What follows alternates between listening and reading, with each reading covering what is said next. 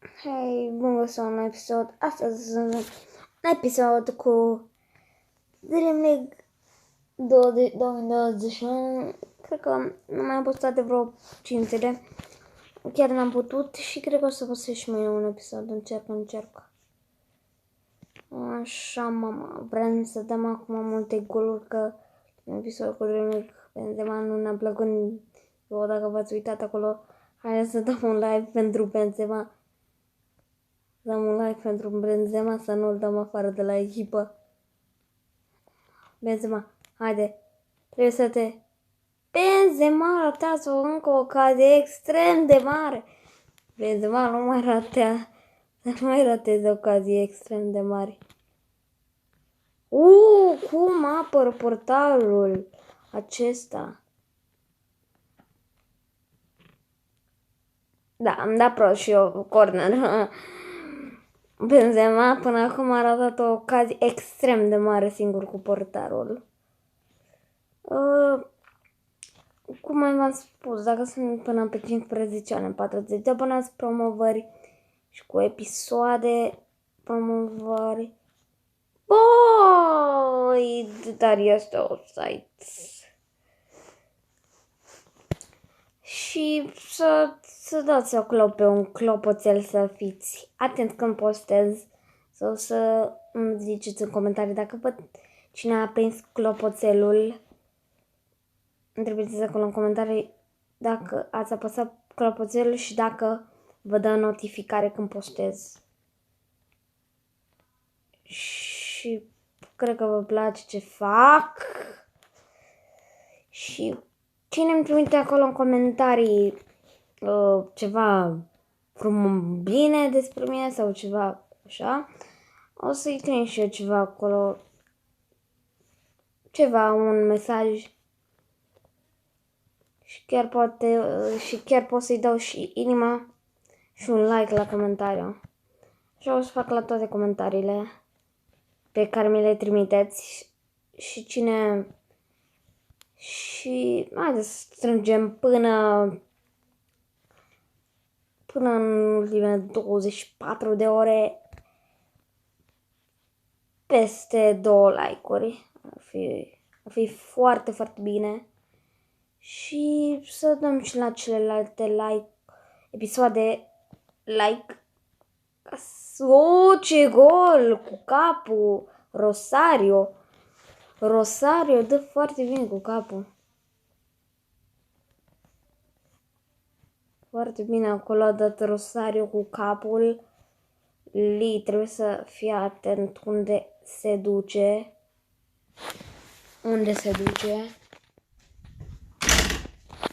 Nu! Acolo, James, excelent! S-a terminat prima repriză. Haideți să facem niște schimbări. Intră ăsta. O schimbare am făcut, pentru că nu mai mă gândesc să fac alte schimbări. Că nu prea avem jucători, trebuie să mai ne luăm și noi jucători. Aici apasă extrem de proastă, trebuie să ne mișcăm repede. Trebuie să ne mișcăm. Rosario, pleacă, Rosario, hai, du-te! Nu sta pe loc. Pleacă, bravo. Rosario are șuturi bune. Chiar are șuturi extrem de bune și asta vreau să fac un gol. Mamă, ce bag ăștia. Nu, au băgat ăștia la gol în continuu la Rosario. Freddy, what? Freddy. Excelent. Bine aici la Boyd. Boyd poate să avanseze. Amakawawa. Viana. Ăsta poate să-l cheamă Viana. Benzema din nou bară. Nu se poate. Bara Benzema și portarul ăsta în aproape de gol. Benzema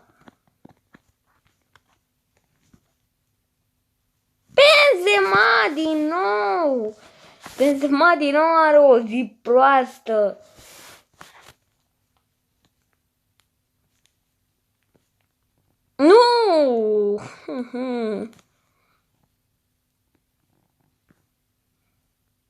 Duverne asta, Duverne Thomas. Viana, niciun faul la minge.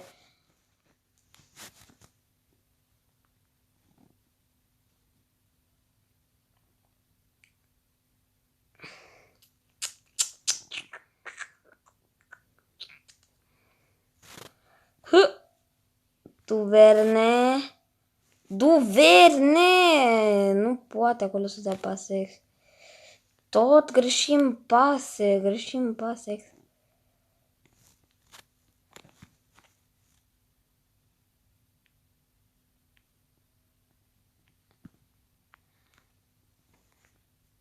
James! Să ne mișcăm repede.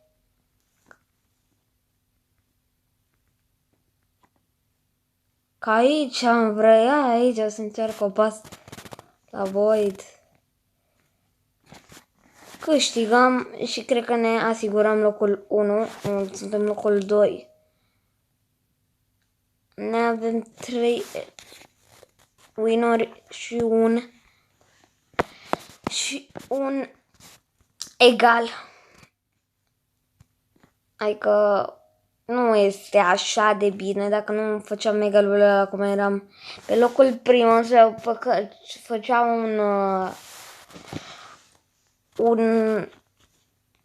un câștig, eram pe locul primul cu 13 puncte. Li, excelent aici, ce pasă? Rosario, sar la Benzema. Benzema își bate joc de ocazie. Vreau să dea acolo o pasă bună. Mavidi, aici îl găsește bine. Balde, este făcută apărarea.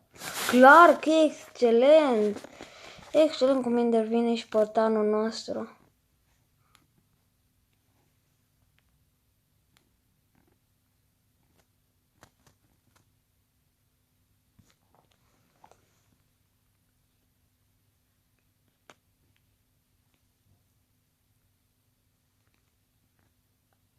Aici Boyd.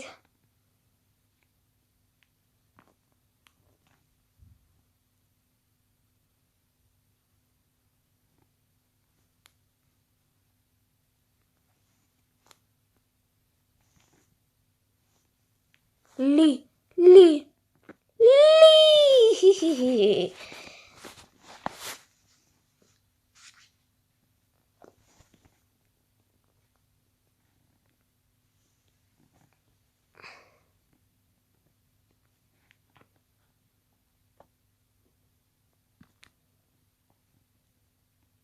Ce șut!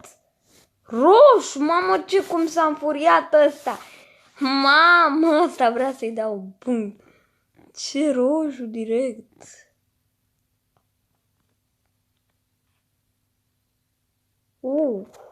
Cam periculos. Și ce șut, man, para!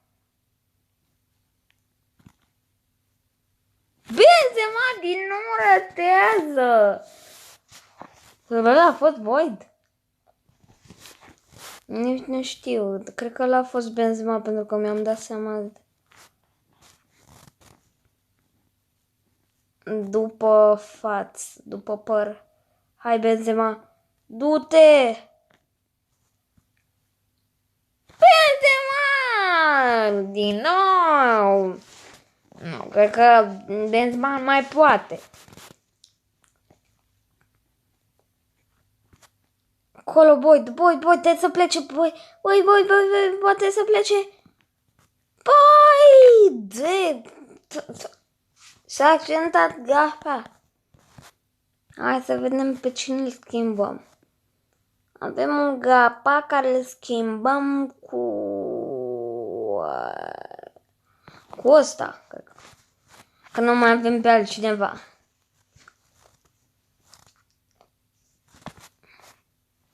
Acum poate Boyd este offside.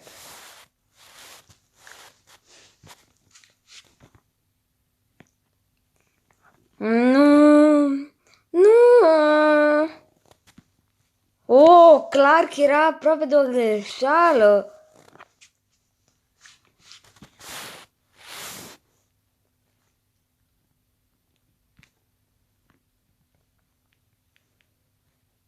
Rosario nu.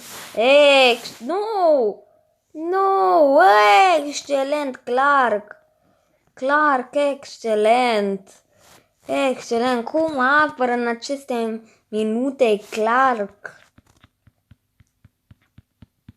Cum apără?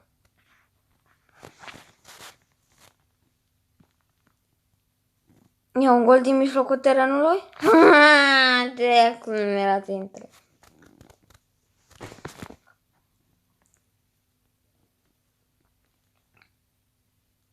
Benzema, foarte bine aici. Benzema, acolo Benzema. Oh! Benzema! Îmi scrie pentru 1-0.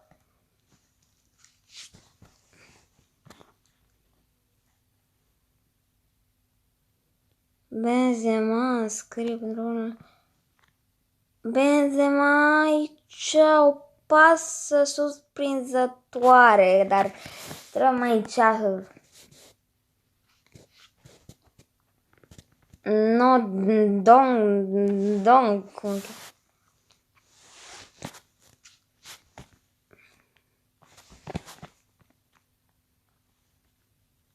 Benzema, o pasă bună la Boyd. Boy la Benzema. Benzema! 2-0. 2-0 cu cei de la... Nici nu știu cum îi cheamă. Cei de la roșii, hai să zicem așa. Cred că sunt din Franța. Benzema, aici poate să avanseze cu mingea. Benzema în fața, al treilea la hat-trick. Excelent cum apără. Dar tot e la noi. Cum a apărat aici? Cum a apărat aici portarul de la roșii, de la adversari?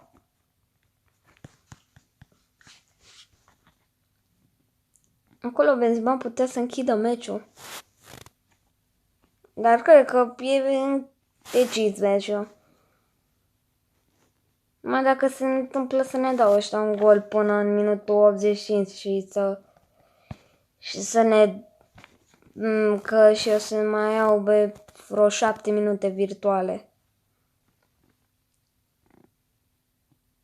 Boyd. Băi, nu poate acolo, nu poate. Cred că este închis meciul, câștigăm cu 2-0, numai dacă s-ar... Hai să vedem dacă mai se întâmplă ceva în acest meci. Benzema aici la Barker. Cum să apără? Câștigăm cu 2-0. Și cred că ăsta a fost episodul. Sper că v-a plăcut episodul. Să nu uitați să dați un like, să vă abonați și să îmi dați acolo în comentarii orice vreți și o să dau inima și like. Și să apăsați pe clopoțelul acela când postez, să fiți atenți și să trăim până pe 15 ianuarie 40 de abonați. Pa, pa! Pa!